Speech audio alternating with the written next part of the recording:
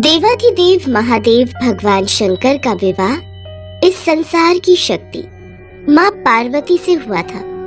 मान्यता है शिव और शक्ति के संयोजन से ही यह प्रकृति चलती है।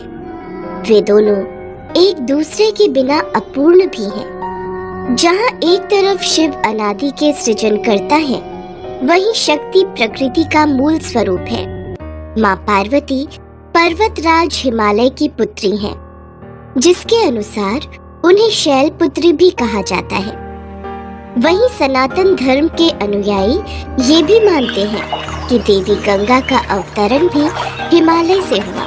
वामन पुराण के अनुसार जब भगवान विष्णु ने वामन रूप में अपना एक पैर आकाश की ओर उठाया, तब ब्रह्मा जी ने भगवान विष्णु के चरण धोकर जल को अपने कमंडल में भर लिया।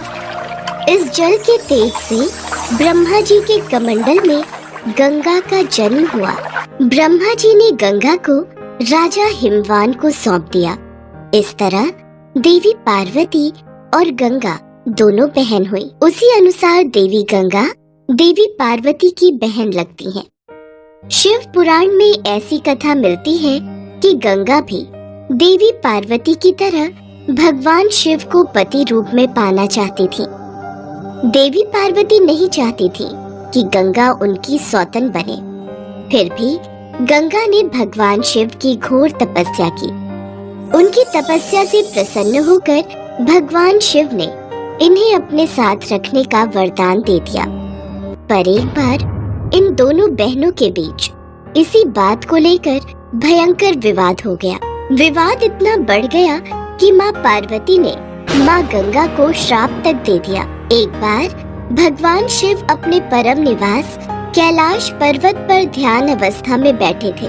साथ में माता पार्वती भी ध्यान में मग्न थी। शिव और शक्ति का यह सुंदर स्वरूप एक साथ बहुत सुंदर लग रहा था। एक तरफ जहाँ महादेव और महादेवी ध्यान मग्न थे, वहीं शिव जी के परम भक्त नंदी जी अपने प्रभु और माता की शोभा को निहार रहे थे। दोनों का यह सुंदर स्वरूप देख खुद ही नंदी जी के नेत्रों से आंसू बहने लगे। अपने भक्त की आंखों से बहते अश्रुओं का भान जैसे ही महादेव को हुआ, उन्होंने अपने नेत्र खोले। महादेव ने जैसे ही भक्त चिंता में नेत्र खोले, तो उन्होंने देखा सामने ही हाथ जोड़े देवी गंगा खड़ी थी। गंगा को देख महादेव हैरान होते हुए बोले, देवी गंगे आप? हे आदि पुरुष, आपके रूप को देखकर मैं आप पर मोहित हो गई हूँ। कृपा कर मुझे पत्नी रूप में स्वीकार करें। देवी गंगा, आप तो जानती हैं, देवी पार्वती के सिवा हम किसी को पत्नी रूप में स्वीकार नहीं कर सकते। हमारा विवाह पार्वती के साथ हुआ है और देवी पार्वती ही हमारी अर्धांगिनी है। हमने आपकी तपस्या से प्रसन्न होकर आपको अपने शीश पर स्थान दिया है। इसका तात्पर्य ये नहीं कि आप पार्वती का स्थान लें। प्रभु, ऐसा न कहिए। देवी गंगा के स्वर माता पार्वती के कानों में पड़े। वो हैरान हो गई। उनकी ये बात सुनकर उनके नेत्र लाल हो गए और क्रोधवश भी बोल पड़ी, देवी गंगा, सीमा न लांघिए। मत भूलिए महादेव हमारे पति हैं। अरे बहन, क्या फर्क पड़ता है? वैसे भी भले ही तुम महादेव की पत्नी हो, फिर भी देवाधिदेव महादेव शीश पर तो मुझे ही धारण करते हैं। जहाँ कहीं महादेव के साथ तुम नहीं जा सकती, मैं तो वहाँ भी पहुँच ही जाती हूँ। गंगे, तुमने मेरी बहन होने की सीमा लांघी है। मैं तुम्हें श्राप देती हूँ, तुम में मृतदेह बहेंगे।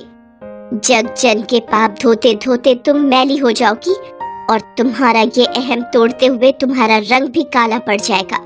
माँ पार्वती द्वारा दिए गए श्राप से देवी गंगा को अपनी भूल का एहसास हुआ और वो महादेव और महादेवी के चरणों में गिर गई। वो अपनी भूल समझ गई थी। माँ गंगा ने महादेव और माँ पार्वती से क्षमा याचना की। मुझे क्षमा कर दो बहन, मुझसे भूल हो गई। हे महादेव, मुझे क्षमा कर दीजिए। हे गंगे, इस श्राप को वापस नहीं लिया जा सकता, पर तुम्हारे पश्चाताप से प्रसन्न होकर हम तुम्हें श्राप से मुक्ति देते हैं।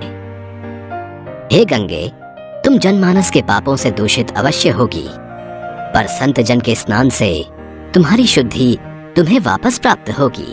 भगवान शिव ने माँ गंगा को प्रसन्न होकर आशीर्वाद दिया। इसके बाद से ही गंगा में स्नान करने से पाप धुलने लगे।